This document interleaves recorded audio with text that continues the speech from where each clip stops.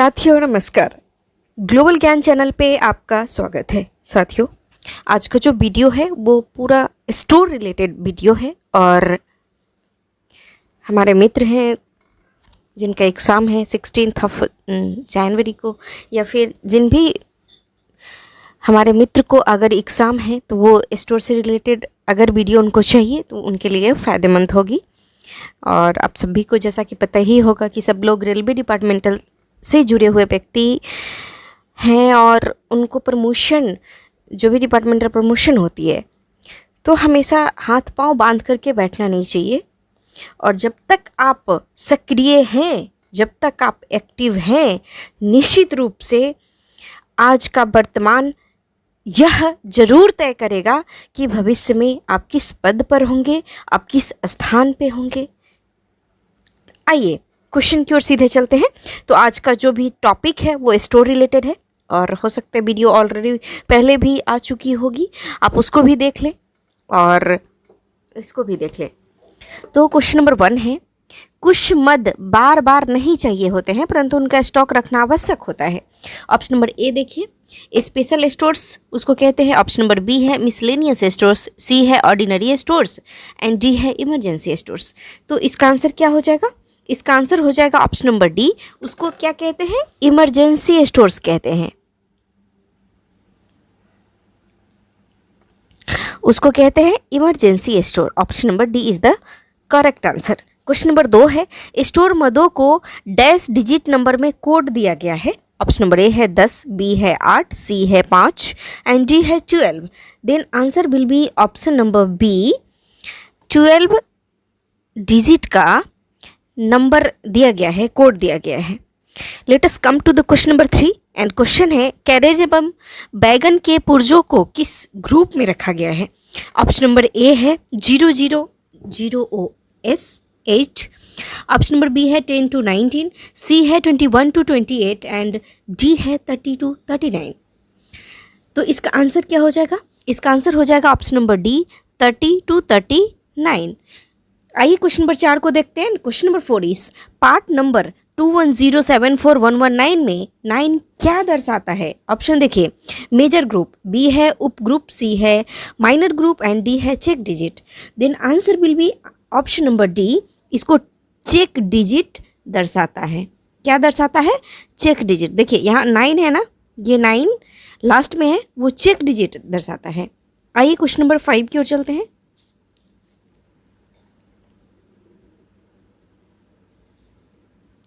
And question number 5 है, item code में check digit का क्या मतलब है? ऑप्शन ए देखिए, ऑप्शन नंबर ए है ग्रुप की सत्यता को चेक करना, ऑप्शन नंबर बी है उप ग्रुप की सत्यता को चेक करना, सी है PLN की सत्यता को चेक करना एंड डी है उपरोक्त में से कोई नहीं। तो इसका आंसर क्या हो जाएगा?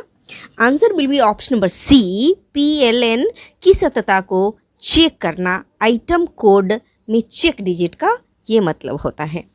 क्वेश्चन नंबर 6 है, निम्न में से यह रेलवे मटेरियल का साधन नहीं है। ऑप्शन देख लीजिए, स्वदेशी खरीद, ऑप्शन बी है आयात, सी है अन्य रेलवे यूनिट से उधार लेना एंड डी है उपरोक्त में से कोई नहीं।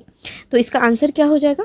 इसका आंसर हो जाएगा ऑप्शन नंबर डी, उपरोक्त में से कोई नहीं। इसमें क्या कह रहा है कि रेलवे मटेरियल का साधन नहीं है, जो रेलवे मटेरियल हम इंपोर्ट करते हैं तो साधन नहीं है, वो पूछ रहा है। आइए क्वेश्चन नंबर 7 को देखते हैं। क्वेश्चन नंबर 7 है, निम्न में से कौन सी इन्वेंट्री की टाइप है? ऑप्शन नंबर ए है finished goods, option number B है raw material, option number C है स्क्रैप, डी है उपरोक्त में से सभी। तो आंसर क्या हो जाएगा? Answer will be option number D, यानी उपरोक्त में से सभी। देखिए raw material, finished good, scrap, ये सब कुछ इन्वेंट्री की टाइप है। क्या है? इन्वेंट्री की टाइप है। आइए क्वेश्चन नंबर 8 की ओर चलते हैं।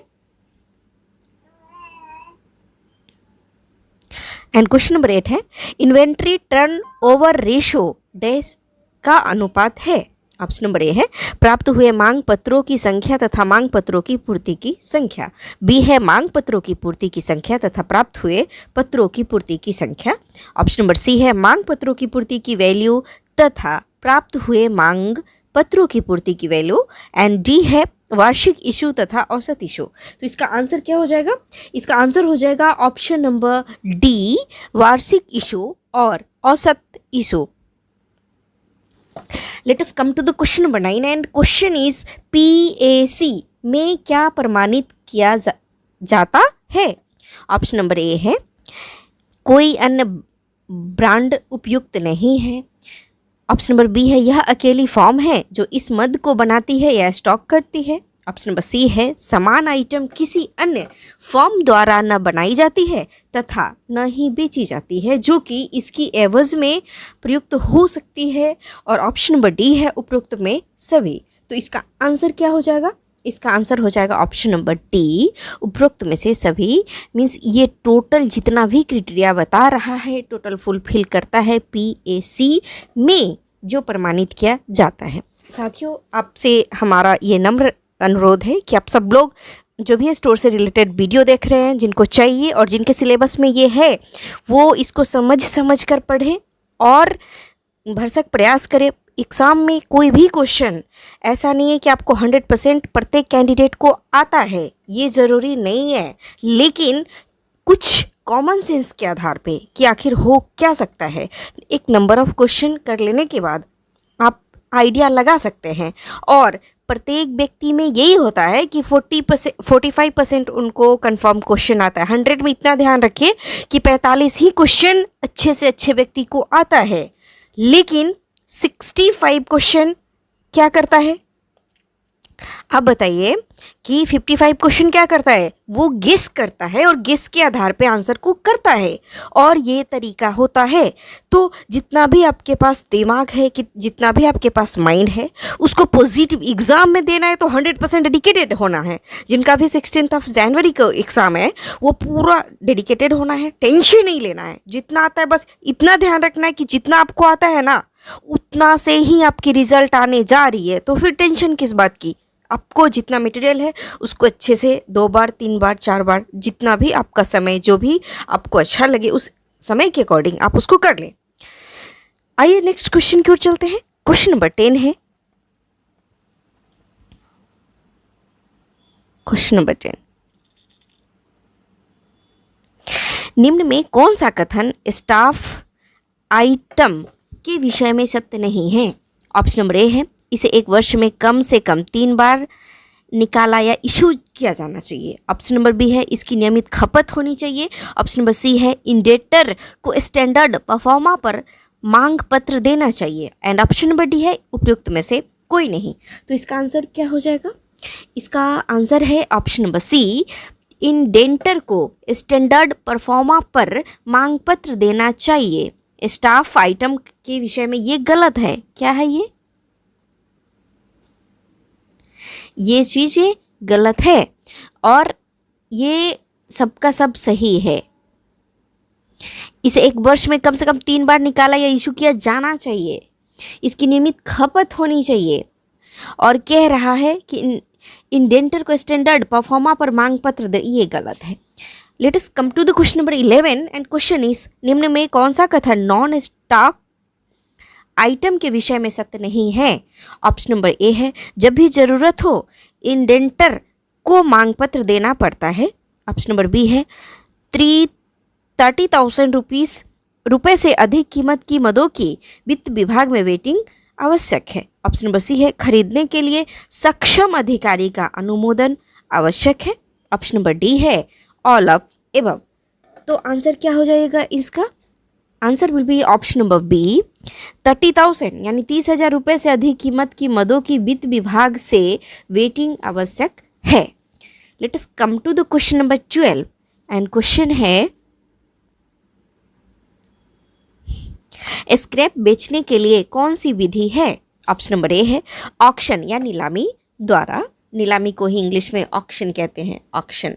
ऑप्शन नंबर बी है टेंडर द्वारा। ऑप्शन नंबर सी है सीधी बिक्री द्वारा। एंड ऑप्शन नंबर डी है उपरोक्त में सभी।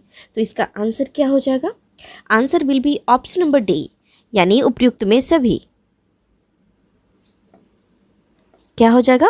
उपयुक्त में सभी। ऑक्शन नीलामी के द्वारा भी आप इसको स्क्रैप को बेच सकते हैं, सीधी बिक्री के द्वारा, टेंडर के द्वारा कुछ भी कर सकते हैं। तो ऑल ऑफ द एबव होता है। साथियों, एक चीज़ मैं आपको बताना चाहूँगी कि जब भी आप एग्ज़ाम देते हैं, पेपर देते वक्त कई बार ऐसा होता है कि option number A, option number B, option number C and option number D होता है। डी में ऑल ऑफ एबव लिखा रहता है, नहीं तो नन ऑफ द एबव ऐसा लिखा रहता है, हो सकता है। तो क्या है कि कई बार हमको क्वेश्चन समझ में नहीं आ रहा है। अगर आपको 60-40 के करीब भी आप आंक नहीं सकते हैं, उसको गेस नहीं कर सकते हैं, तो आप क्या करें कि ऑल ऑफ द एबव लगा दीजिए। आपको 0% नॉलेज है उसके बारे में, तो ऑल ऑफ, ध्यान रखिए, नन ऑफ दीज नहीं बल्कि ऑल ऑफ एबव मैं बोल रही हूँ। और यह कई बार क्या होता है, ये इसको तुक्का विधि कहते हैं कि तुक्का लगा लेना। तो सीरियस, तो कभी कभी ऐसा कर सकते हैं आप। आइए नेक्स्ट क्वेश्चन की ओर चलते हैं। डेड स्टॉक का डैश के पश्चात मिलन किया जाता है। तो साथियों, कई क्या होता है, मैं एक वीडियो ला रही हूँ, उसमें एग्ज़ाम देते वक्त स्पेशली किस चीज़ का ध्यान रखना चाहिए कैंडिडेट को, स्टूडेंट को, तो इस पर एक वीडियो आप लोग अगर चाहेंगे तो मैं दूंगी। और सब थोड़ा सा फ्री हो जा रही हूँ मैं, तो आप सभी को एक वीडियो दूंगी स्पेशली किस प्रकार एग्ज़ाम देना है और आपका स्कोर कितना, आप स्कोर कैसे किया जाता है। तो इसका एक वीडियो अपकमिंग टाइम में मैं देने का भरसक प्रयास करूँगी। Let us come to the question number 13 and question is dead stock का डैश के पश्चात मिलन किया जाता है। ऑप्शन नंबर ए है 5 यस यानी 5 वर्ष, बी है 3 वर्ष, सी है 1 वर्ष एंड डी है 6 माह यानी 6 माह। तो इसका आंसर क्या हो जाएगा? Answer will be option number C 1 year यानी 1 वर्ष। आइए क्वेश्चन नंबर 14 की ओर चलते हैं।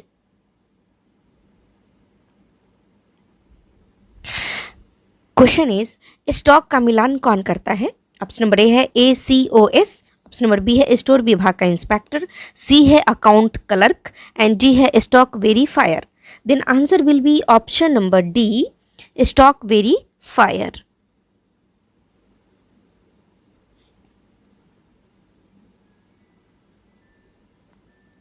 Let us come to the question number 15 and question is imprest stores के स्टॉक का मिलान डैश के पश्चात किया जाता है। ऑप्शन नंबर ए देखिए 6 माह, बी है 2 वर्ष, सी है 1 वर्ष एंड डी है उपरोक्त में से कोई नहीं। Then answer will be option number C 1 years. साथियों, जो हमारे मित्र हैं जिनको हिंदी में समझ में नहीं आ रही है वो पेशेंस रखें, उनको मैं next video English medium English वाला वर्जन भी उपलब्ध करवाने का प्रयास कर रही हूँ और करूँगी भी, क्योंकि यह हमारा कर्तव्य है। तो उनको हिंदी समझ में नहीं आ रही है तो कोई बात नहीं है, टेंशनाइज्ड नहीं होना है। Let us come to the question number 16। निम्न में कौन सी इन्वेंट्री कंट्रोल की विधि है? ऑप्शन नंबर ए है ABC टेक्निक, बी है वेराइटी रिडक्शन, सी है सरप्लस डिस्पोजल एंड डी है उपरोक्त में सभी। Then answer will be option number D उपरोक्त में से सभी। तो ये सारा का सारा हो जाएगा। Let us come to the question number 17 and question is stock verification का क्या उद्देश्य होता है? तो इसका ऑप्शन नंबर ए देखिए, स्टॉक में मटेरियल किताब में लिखी डिस्क्रिप्शन यानी ब्यौरा तथा संख्या में मिलता है, बी है स्टॉक में अधिकता देखना, सी है स्टॉक में कमी देखना एंड डी है उपरोक्त में सभी। तो इसका आंसर क्या हो जाएगा? ऑप्शन नंबर डी हो जाएगा उपरोक्त में सभी। Let us come to the question number 18 और क्वेश्चन नंबर 18 की ओर हम लोग चलते हैं।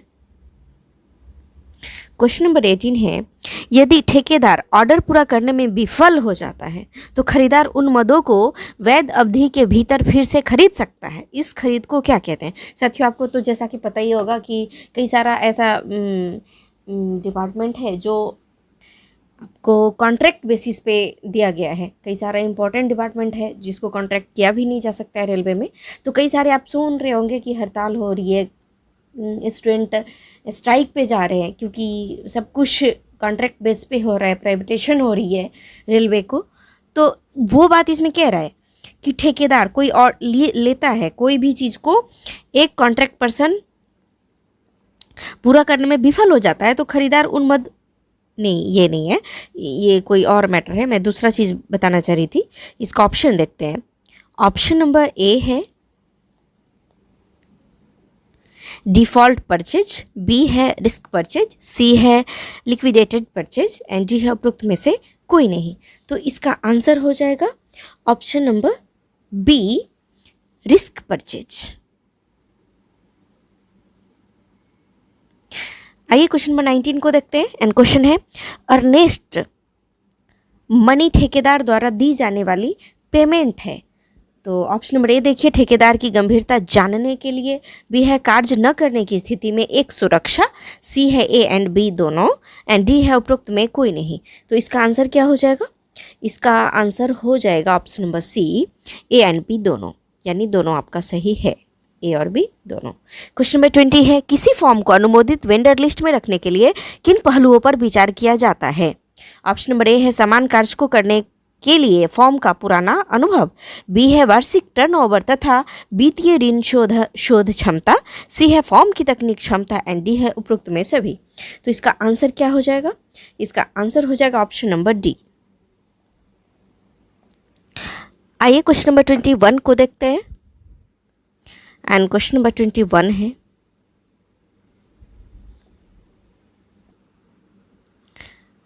निम्न में से कौन सी टेंडर की प्रकार नहीं है?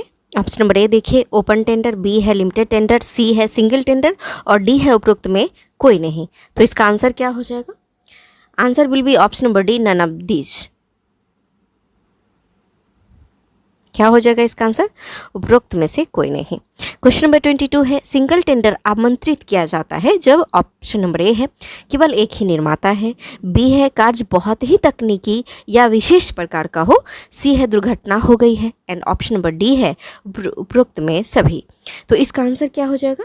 इसका आंसर हो जाएगा ऑप्शन नंबर डी, उपरोक्त में सभी, means all of the above. Question number 23 है, यदि किसी मद की वार्षिक खपत की वैल्यू 5 लाख रुपए से अधिक है तो उस मद की किस कैटेगरी में रखा जाता है? ऑप्शन नंबर ए है ए कैटेगरी। बी है बी कैटेगरी। सी है सी कैटेगरी। एंड डी है ए कैटेगरी। तो इसका आंसर क्या हो जाएगा? इसका आंसर हो जाएगा ऑप्शन नंबर डी, उसको ए कैटेगरी में रखा जाता है, ऑप्शन नंबर डी। आइए क्वेश्चन नंबर 24 की ओर चलते हैं। एंड क्वेश्चन नंबर 24 इज, वह आइटम जिसके बिना इक्विपमेंट कार्य तो करता है परंतु कम एफिशिएंसी होती है को क्या कहते हैं? ऑप्शन नंबर ए है वाइटल आइटम। बी है एसेंशियल आइटम। सी है डिजिटेबल। एंड डी है scarce item. Then answer will be option number B, इसको हम इसेंशियल आइटम कहेंगे। क्या कहेंगे? इसको हम option number B, essential item कहेंगे। ऑप्शन नंबर क्वेश्चन नंबर 25 है, वह मद जो पिछले 2 वर्षों में इशू नहीं हुई है तथा अगले 2 वर्षों में भी नहीं होगी को क्या कहते हैं? ऑप्शन नंबर ए है सरप्लस स्टोर। बी है मूवेबल सरप्लस स्टोर। सी है dead surplus store. And D है उपरोक्त में कोई नहीं। तो इसका आंसर क्या हो जाएगा? Answer will be option number C, dead surplus store. Let us come to the question number 26। वह मद जो पिछले 2 वर्षों से इशू नहीं हुई है परंतु भविष्य में प्रयोग लाई जा सकती है को क्या कहते हैं? ऑप्शन नंबर ए है सरप्लस स्टोर। बी है मूवेबल सरप्लस स्टोर। सी है dead surplus store. And D है उपरोक्त में कोई नहीं। Then answer will be option number B, movable surplus store. Let us come to the question number 27.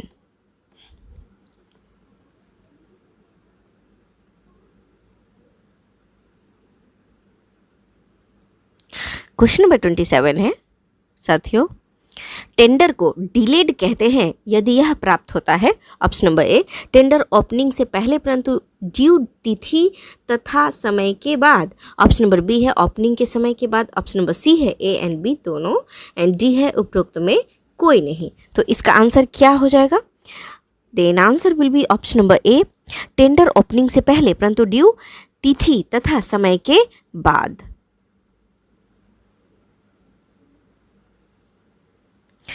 आइए question number 28 को देखते हैं। टेंडर कमेटी में कितने सदस्य होते हैं? ऑप्शन देख लीजिए, ए में है 3, बी है 2, सी है 5 एंड डी है कुछ भी। तो इसका आंसर क्या हो जाएगा? इसका आंसर हो जाएगा ऑप्शन नंबर ए, इसमें 3 सदस्य होते हैं। क्या कितने सदस्य होते हैं?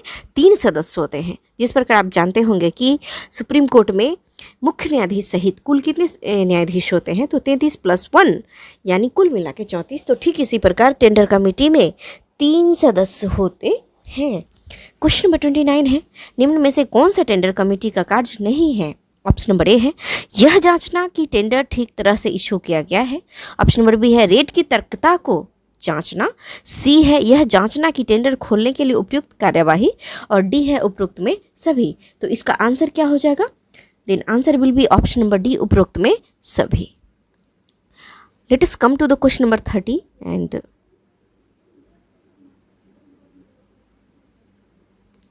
क्वेश्चन इज टेंडर को लेट टेंडर कहते हैं यदि वह प्राप्त होता है।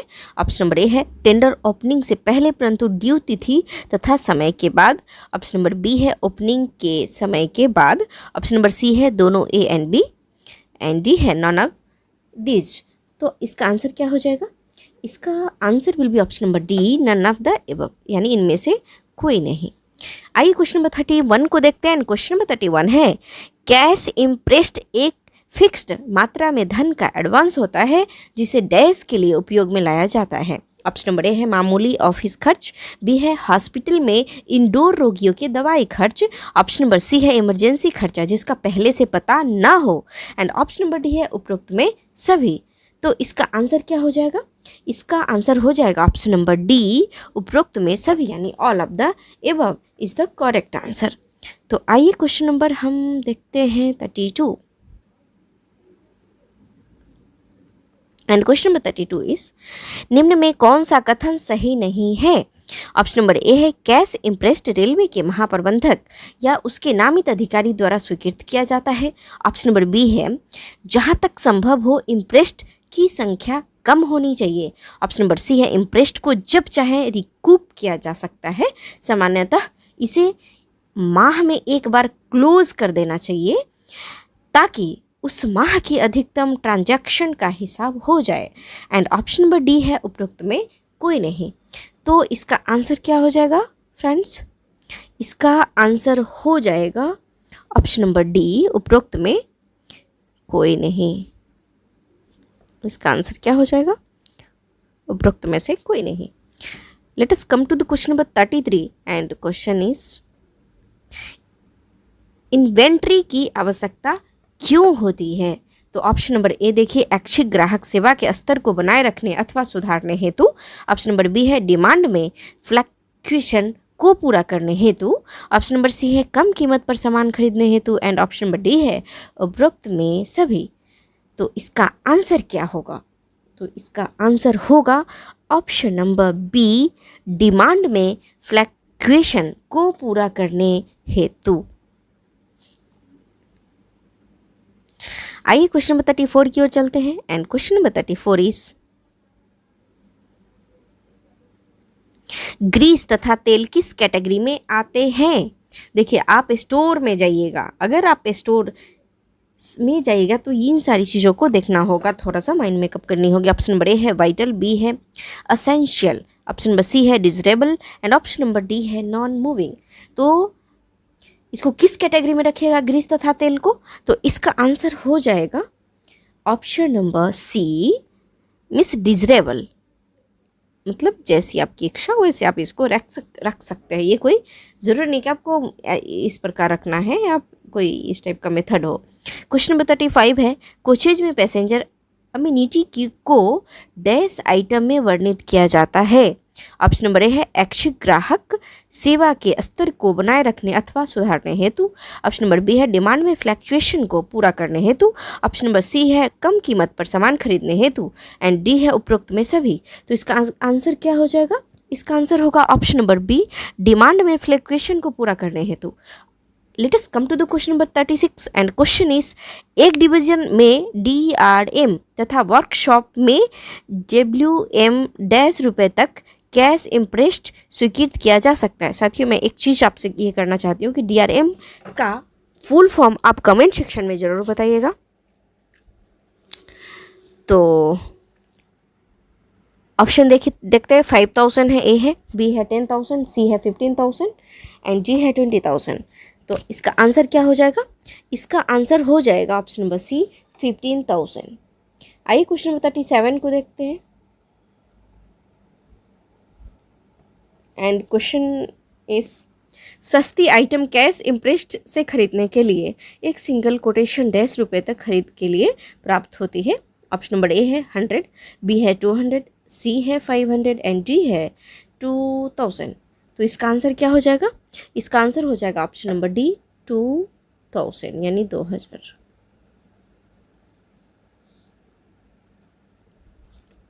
आइए क्वेश्चन नंबर 38 को देखते हैं।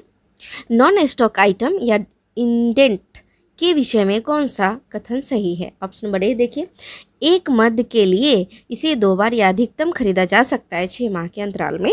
ऑप्शन नंबर बी है, यदि इंटेंट की वैल्यू 20,000 रुपये से कम है तो यूनिट को LCOS खरीद सकता है, अन्यथा इसे खरीद के लिए मुख्यालय भेजा जाता है। ऑप्शन नंबर सी है, 50,000 रुपये से अधिक का इंडेंट वित्त विभाग द्वारा वेट किया जाता है मुख्यालय भेजने से पहले। और ऑप्शन नंबर डी है उपरोक्त में सभी। तो साथियों इसका आंसर क्या हो जाएगा?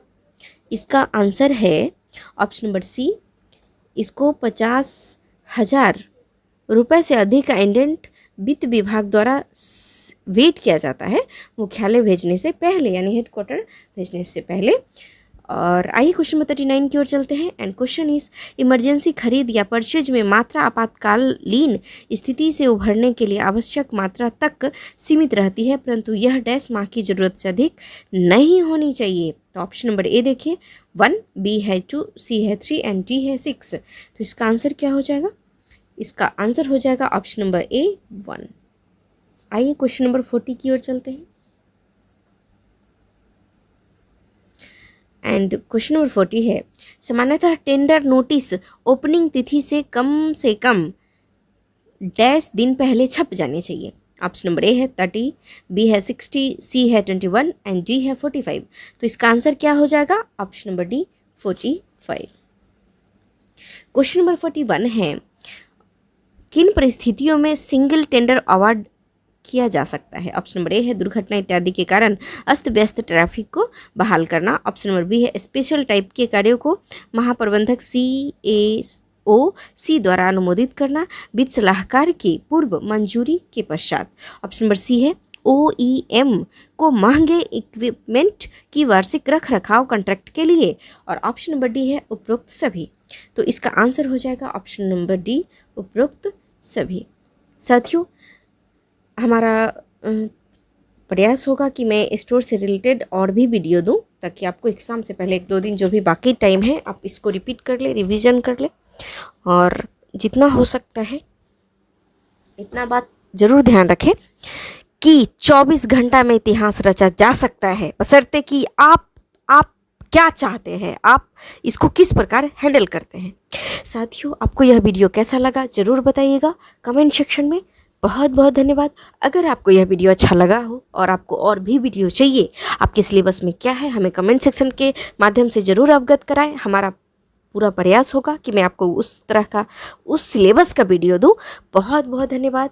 और अगर आपको यह वीडियो अच्छी लगी हो तो लाइक ज़रूर करें, शेयर करें, कमेंट करें और सब्सक्राइब तो निश्चित रूप से करें। बहुत बहुत धन्यवाद। नमस्कार।